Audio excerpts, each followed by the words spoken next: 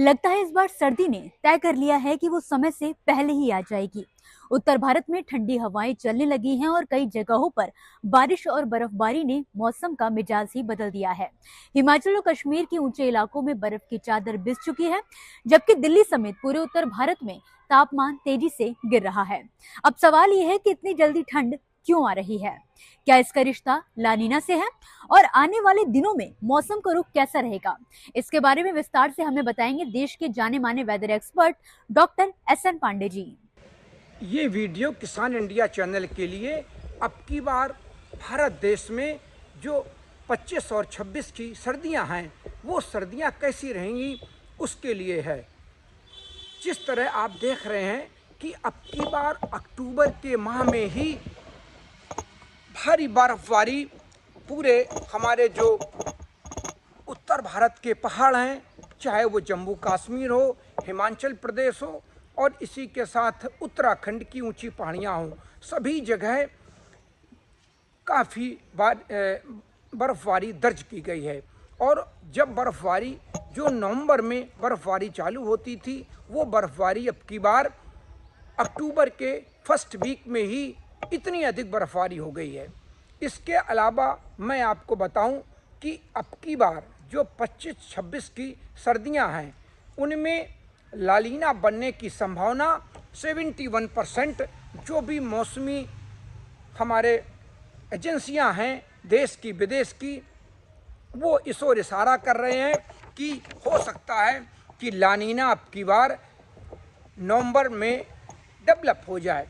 ये प्रशांत महासागर में होने वाली एक घटना है जिसमें समुद्र का तापमान सामान्य से नीचे चला जाता है, और जब इस तरह की स्थिति होती है तो पूरे एशिया महाद्वीप से लेके हमारे दुनिया के कई देशों में इसका असर पड़ता है और सर्दियां अधिक पड़ती हैं।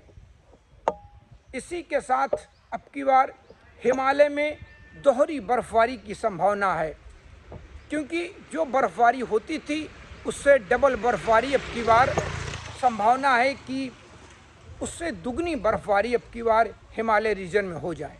आपको बता दें कि ला नीना के असर से उत्तर भारत में ठंडी हवाएं चलने लगती हैं और तापमान सामान्य से नीचे गिर सकता है। अभी जो शुरुआती ठंड दिख रही है वो इसी बदलाव का संकेत मानी जा रही है।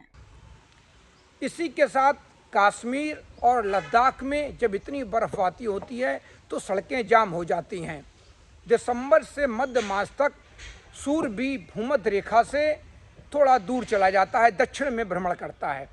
उसकी वजह से भी जो सूर्य की किरणें हैं वो हमारे भारत देश में कम पड़ती हैं, और वही जब मई जून में भूमध्य रेखा के ऊपर सूर्य होता है तो हमारे देश में अधिक गर्मी पड़ती है।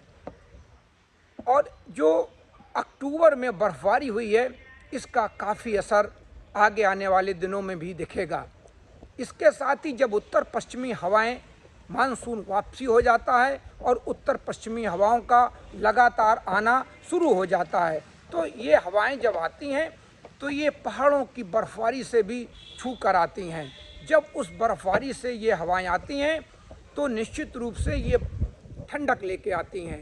ये ठंडक उत्तर भारत के पंजाब, हरियाणा, राजस्थान, एनसीआर, उत्तर प्रदेश और बिहार, बंगाल और कभी कभी ये उड़ीसा तक भी ठंडक कर देती हैं। तो ये स्थितियां अब की बार बनने की काफ़ी संभावना प्रतीत हो रही है कि नवंबर में लानीना एक्टिव होगा, और अगर वो नवंबर दिसंबर 2 महीने भी एक्टिव रहता है जैसा कि मौसम एजेंसियाँ कह रही हैं, तो निश्चित रूप से ये कहा जा सकता है कि भारत में और हमारे उत्तर भारत में सर्दी पड़ने की संभावना बनी रहेगी।